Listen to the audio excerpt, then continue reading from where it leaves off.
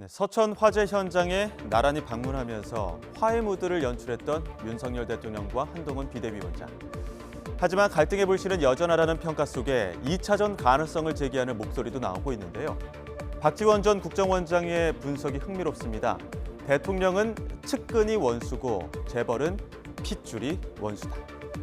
윤 대통령이 한동훈 너마저라며 배신감을 드러냈고 결국 한 위원장은 물러나게 될 거라고 전망했는데요. 들어보시죠.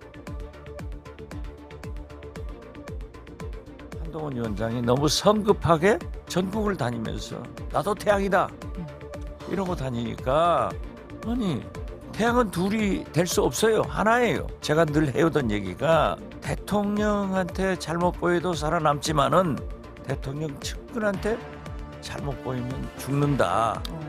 그래서 권력은 대통령은 측근이 원수고 재벌은 핏줄이 원수다.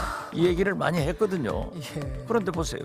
측근들이 설사 대통령은 20년 내 부하 눈에 넣어도 안 아플 한동훈 저렇게라도 해야지 이 생각을 못 하셨단 말이에요.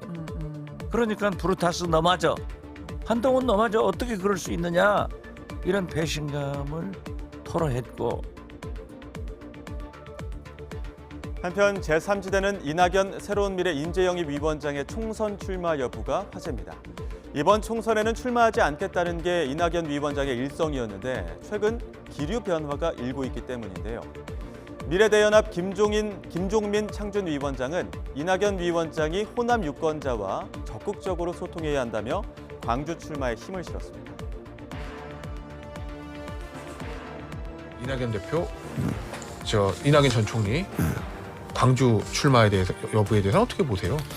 그거는 저희들도 여러 번 말씀을 드렸고 예. 또 이낙연 대표 말씀도 많이 들어봤어요. 예. 근데 이왕 신당을 하시겠다고 작정을 하셨으니까 신당을 한다면 국민들한테 책임지고 어떤 도전을 하고 어떤 돌파를 하고 해야 되잖아요. 그래서 저는 꼭 출마를 하느냐가 핵심은 아니고 예. 호남에 예. 이낙연 대표의 그런 뭐 진실이라고 그럴까? 예. 이낙연 대표의 뜻을 예. 호남 유권자들과 적극적으로 좀 소통하시면 좋겠다. 그런 말씀을 드리죠. 이낙연 위원장과 함께 리쌍 브라더스로 불러달라던 이준석 대표. 하지만 합당 가능성에는 여전히 거리를 두고 있는데요. 이낙연 위원장의 총선 출마를 권하며 자신이라면 이재명 대표의 개양을로 가겠다고 언급해 눈길을 끌었습니다. 그런데 새로운미래 창준 위원장을 맡고 있는 이석현 전 국회 부의장, 지금 복수 혈전을 찍는 거냐며 지적했는데요. 오히려 이준석 대표가 분당에 가서 안철수 의원과 붙어야 관객몰이가 될 거라고 반박했습니다. 이준석 대표께서는 이제 아이디어 차원에서 말씀을 했나 모르겠는데 인천 계양을 우리가 왜 갑니까? 복수 혈전 영화 찍으러 갑니까? 아니 복수 혈전 영화를 찍는 거라면 이준석 대표 자신이 분당에 가서 안철수 위원장하고 붙으면은 관객이 1,000만 명 넘을 거예요. 사사로운 감정으로 누구한테 분풀이하려고 신당을 만드는 건 아니잖아요. 그런데 거기 가서 나오라는 게 아무 밑도 끝도 없는 얘기죠. 그래서 제가 드리는 말씀은 비유하자면 웃으면서 하는 말입니다. 이준석 대표님 제 표정 보세요. 웃으면서 합니다. 갑자기 소환된 안철수 의원. 여전히 빅텐트 가능성에 대해서는 부정적인 의견을 냈습니다. 서로가 너무 다른 데다 총선 뒤 각자 당으로 회귀할 가능성도 있기 때문에 합치기는 더 힘들어졌다는 지적입니다. 들어보시죠.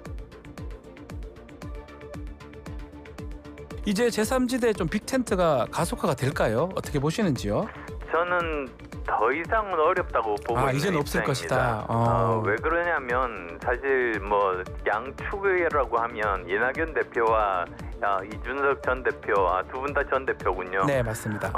그분들인데요. 그분들이 지금까지 살아왔던 그리고 당에서 했던 그런 생각들이 너무나도 좀 다릅니다, 서로.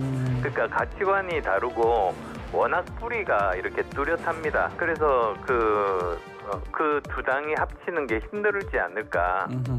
그리고 또 선거가 끝나고 다시 또 원래 당으로 회귀할 가능성들도 좀 보입니다. 아, 그래서 그냥 합치기가 이제 더 힘들어지지 않을까. 아하.